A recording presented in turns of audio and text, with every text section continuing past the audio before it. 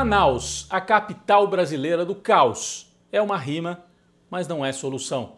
A receita do horror esta semana no Brasil incluiu falta de oxigênio para os pacientes no Amazonas e também falta de seringas em todo o país. O Brasil se afunda diante do avanço das mortes pela Covid-19. Na economia, empresas estrangeiras abandonam o país. A Ford anunciou que vai fechar todas as suas fábricas por aqui. A tempestade perfeita para Bolsonaro incluiu também o impeachment de Donald Trump, aprovado esta semana pela Câmara dos Representantes em Washington. Eu sou Rodrigo Viana e esse é o Tempero da Notícia, começando agora.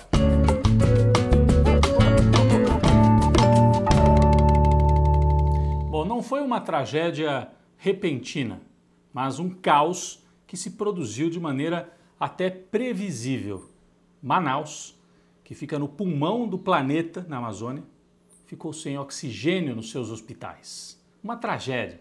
Foram cenas horríveis que circularam pelo Brasil, pelas redes sociais, pelas televisões, pelos sites.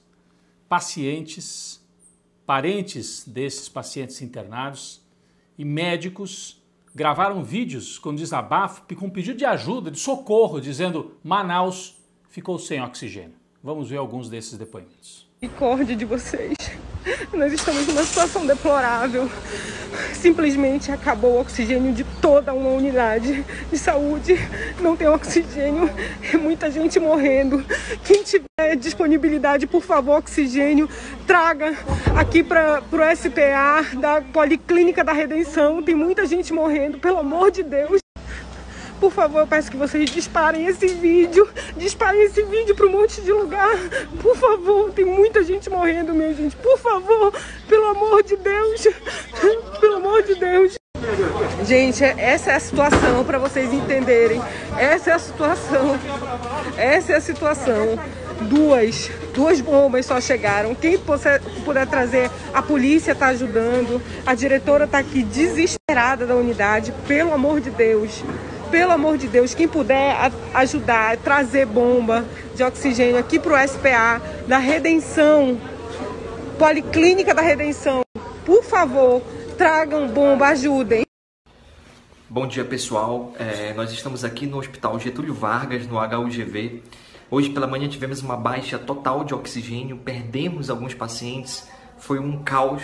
E conseguimos agora um pequeno estoque de mais ou menos 2 horas e estamos pedindo, fazendo uma campanha para quem tiver oxigênio na sua casa, quem tiver uma bala que não está mais usando. Tem muitos pacientes que já familiares que já perderam pacientes e está lá a bala, traga aqui pra gente. A gente está precisando dessa bala de oxigênio, tá bom? Já chegaram alguns aqui, algumas pessoas já estão mandando e pode ter certeza que está ajudando muito isso. Bom, dias antes dessa tragédia da falta de oxigênio em Manaus, o ministro da Saúde, o general Pazuello, incompetente, esteve lá na Amazônia. Mas ele não foi cuidar da organização, da distribuição de oxigênio. Ele foi vender a ideia falsa, picareta, de que se fizer tratamento precoce para a Covid-19, os problemas estão resolvidos. O que é o tratamento precoce que os bolsonaristas agora estão espalhando pela internet também? É a tal da cloroquina e a ivermectina, que se você tomar no começo da doença não tem problema e tal. Ele foi lá para Manaus e espalhou essa ideia e incentivou as pessoas a fazerem o tratamento precoce. Não cuidou do que deveria. E aí faltou oxigênio. Por causa disso, e já algumas semanas antes, entidades internacionais vinham acusando já o governo Bolsonaro de negligência no tratamento da pandemia. A gente vê aí uma destas organizações que trouxe essa informação. Por isso não é exagero nenhum a imagem que também circulou esta semana, um desenho feito pela cartunista Laerte, mostrando, olha só, um personagem que sufoca o paciente na cama do hospital. Olha só quem é esse personagem. Bom, é um governo de incompetentes ou será que é um projeto de destruição nacional? Parece mais um projeto, são cafajestes. Não tem outro nome para dar para isso. Genocidas, não tem exagero mais nenhum em dizer isso. Deviam ser presos. Não é só impeachment, deviam estar presos. Porque depois da tragédia continuaram espalhando mentiras pela internet. Então a paciência do brasileiro tem que acabar definitivamente. A tempestade perfeita para o Bolsonaro e, infelizmente, perfeita para nós também, porque nós todos estamos envolvidos nessa tragédia, inclui péssimas notícias na economia. 2021 começou com a Ford, a montadora que tem 100 anos no Brasil, veio lá atrás, começo do século XX, e depois se consolidou produzindo automóveis, né? A Ford anunciou o fechamento das suas fábricas no Brasil. Vai transferir a maior parte da produção das operações da América do Sul para onde? Para a Argentina e o Uruguai. A Argentina, que segundo os bolsonaristas era um perigo. O Brasil podia virar uma Argentina. E a Ford prefere a Argentina, dos peronistas, da esquerda que está lá no poder. Bom, são pelo menos 5 mil empregos diretos que serão perdidos com essa decisão da Ford. Começam a circular várias ideias. O ex-deputado Genuíno, por exemplo, propôs a nacionalização das fábricas, a estatização, que os sindicatos tomem conta, nacionalizem e pelo menos mantenham as máquinas aqui no Brasil para que se possa continuar produzindo de outra forma, sem a participação da multinacional Ford. O governo da Bahia, onde um desses polos da Ford funcionava, em Camaçari, está anunciando uma parceria com os chineses, a tentativa de trazer fábricas chinesas aqui para o Brasil. Portanto, é uma simbologia muito forte de decadência econômica e decadência da indústria brasileira, mas também uma simbologia da decadência da indústria de automóveis dos Estados Unidos. A Ford, gente, é até o nome, né, de uma maneira de produzir, Fordismo. E entrou em decadência também no mesmo momento em que os Estados Unidos também mostram sinais seríssimos de decadência. Foi uma semana em que, além de ver a Ford indo para a Argentina, os bolsonaristas tiveram que ver a Venezuela oferecendo o oxigênio que o Brasil não está sendo capaz de colocar lá em Manaus. O governo militarizado, o governo de cafajestes de Bolsonaro não consegue mandar oxigênio para Manaus e a Venezuela, o ministro ligou para o governador do Amazonas, o governador inclusive agradeceu, falou muito bem, mande. A Venezuela, aquela que os bolsonaristas e a extrema-direita diziam, olha, o Brasil pode virar uma Argentina, uma Venezuela. Ainda bem que a Venezuela não virou um Brasil. Ainda bem que a Venezuela não virou o Brasil. Agora, e os Estados Unidos estão virando o quê? Grande aliado de Bolsonaro, o último, Donald Trump, esta semana sofreu o impeachment na Câmara dos Representantes, que é o nome da Câmara dos Deputados lá deles. 10 representantes do partido de Trump votaram, inclusive, pelo impeachment, abertura do processo de impeachment, que tem um caráter simbólico a essa altura, porque o mandato dele já está terminando. Agora, no dia 20 de janeiro, o Trump passa o cargo para o Biden. Já avisou que não vai passar, que não vai à cerimônia de posse.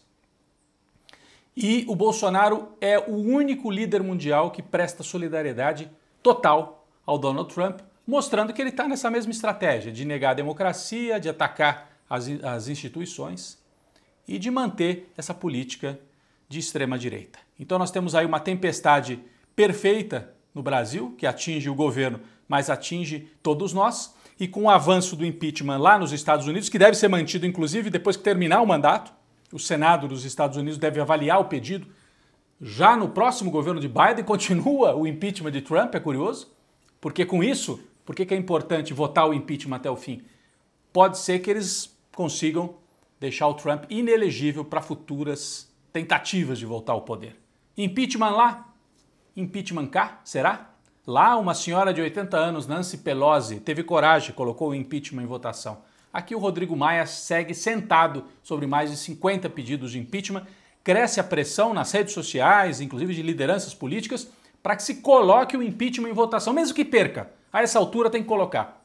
Ah, porque se o Bolsonaro ganhar no voto, aí desmoraliza. Não desmoraliza. Desmoraliza os deputados que votarem com ele.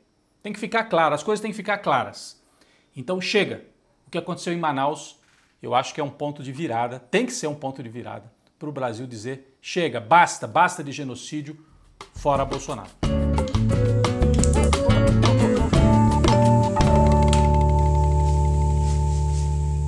Bom, e é justamente por causa dessa demora para abrir o impeachment que vai para a panela de pressão esta semana o ainda presidente da Câmara dos Deputados, Rodrigo Maia.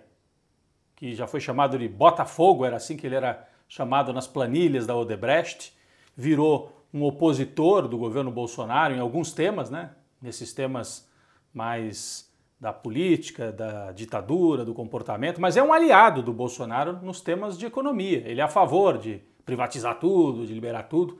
Ainda assim, o Rodrigo Maia virou aliado circunstancial, ou seja, assim, pontual, da esquerda na Câmara. O candidato dele, o Baleia Rossi, está sendo apoiado pelos partidos de esquerda para tentar derrotar o candidato bolsonarista lá na eleição para a Câmara dos Deputados. E o presidente da Câmara tem muita importância, porque ele que pode abrir, por exemplo, o processo de impeachment. Ele que controla a pauta, o que vai ser ou o que não vai ser votado na Câmara. O Rodrigo Maia ficou esses 2 anos lá e não colocou nenhum processo de impeachment do Bolsonaro, já tem mais de 50, nenhum, para ser votado. Até a Globo está falando que é preciso colocar o impeachment do Bolsonaro em debate. E a família Maia subiu o tom contra Bolsonaro. Por quê? Porque os bolsonaristas apresentaram um projeto para que as polícias militares deixem de estar sob controle dos estados, dos governadores, e passem a estar centralizadas sob o comando das Forças Armadas e do governo federal. Olha o perigo. É Bolsonaro comandando diretamente todas as polícias. Ele já tem o apoio de muitos policiais. Esta semana circulou um vídeo muito importante do pai do Rodrigo Maia, o César Maia, que tem uma origem até de esquerda, foi exilado no Chile, falando sobre o perigo disso e comparando com o que aconteceu lá no Chile na época de Pinochet e dos carabineiros, que são os policiais militares lá do Chile. Vamos ver. Preste bem atenção. No Chile, o golpe só ocorreu quando, enfim, o Exército, as Forças Armadas incluíram os carabineiros, a Polícia Militar do Chile, porque as polícias militares têm uma presença espalhada no país todo. Preste atenção no número de vezes que são feitas cerimônias de apoio, de formaturas, etc., na Polícia Militar brasileira, com a presença do presidente. Atenção. Bom, diante de tudo isso, Globo, César Maia, uma parte da direita, achando que ficou perigoso demais o Bolsonaro no poder, até pelo que aconteceu nos Estados Unidos também, com o Trump botando a tropa dele, né, a tropa de militantes enlouquecidos para tentar fechar o Congresso. Pode acontecer sim aqui no Brasil em 2022 com o Bolsonaro, ou até antes. Então a hora é de enfrentar. Rodrigo Maia vai para a panela de pressão, ele tem que sofrer pressão para ou abrir o impeachment agora, ou se o candidato dele, o Baleia Rossi, ganhar, para que se abra o impeachment contra Jair Bolsonaro.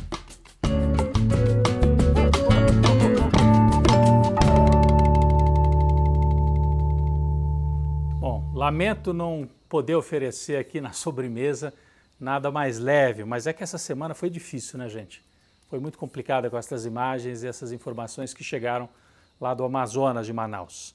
Então, a gente faz a pergunta, como é que as pessoas seguem acreditando, né, no bolsonarismo, nas mentiras? Tem alguns exemplos históricos aí no passado, por exemplo, na Alemanha. Então, tem uma série que está na Netflix, para quem quiser assistir, sobre o círculo do mal em torno do Hitler. Está em inglês, mas você coloca lá Hitler, Evil, né? E você acha a série. O que é? Não é sobre o Hitler, não é uma biografia, não é sobre a Segunda Guerra Mundial, mas é sobre os personagens que cercavam Adolf Hitler. Não só na guerra, mas antes, como é que eles foram construindo o Partido Nacional Socialista, o Partido Nazista na Alemanha. Então são vários personagens. O mais conhecido é o Goebbels, mas há vários outros. Himmler, Göring, Rudolf Hess e vários outros. E eles vão mostrando as disputas entre eles, as personalidades de cada um e o papel que cada um teve na ascensão do nazismo e depois, durante a guerra, até o fim, o suicídio de Adolf Hitler. Com exceção de Göring, que era de uma família de elite, tinha sido um herói de guerra na Primeira Guerra Mundial, todos os outros tinham uma característica parecida. Eram personalidades assim recalcadas, humilhados socialmente, se consideravam diminuídos socialmente e encontraram no nazismo uma espécie de revanche social. Então o nazismo era o partido dos recalcados. Isso lembra alguma coisa para você? Esses personagens que estão em torno do Bolsonaro, recalcados, parece que não gostam do mundo, não gostam da vida, louvam a morte. É uma série que não tem tantos capítulos, são 10 capítulos. Tem reconstituição histórica com atores, né, interpretando cada um destes personagens, mas tem também muitas cenas da época. Interessante ver também que o Partido Nazista, alguns anos antes de chegar ao poder pelo voto, tinha tido menos de 5% dos votos nas urnas. De repente veio a crise de 29, desespero, e aí juntou recalque dos nazistas, desespero, crise econômica, antipolítica, e eles chegaram ao poder e fizeram o estrago que todos nós conhecemos. Vale a pena para conhecer um pouco mais dessa história e para entender um pouco também do presente, do que nós estamos vivendo aqui no Brasil.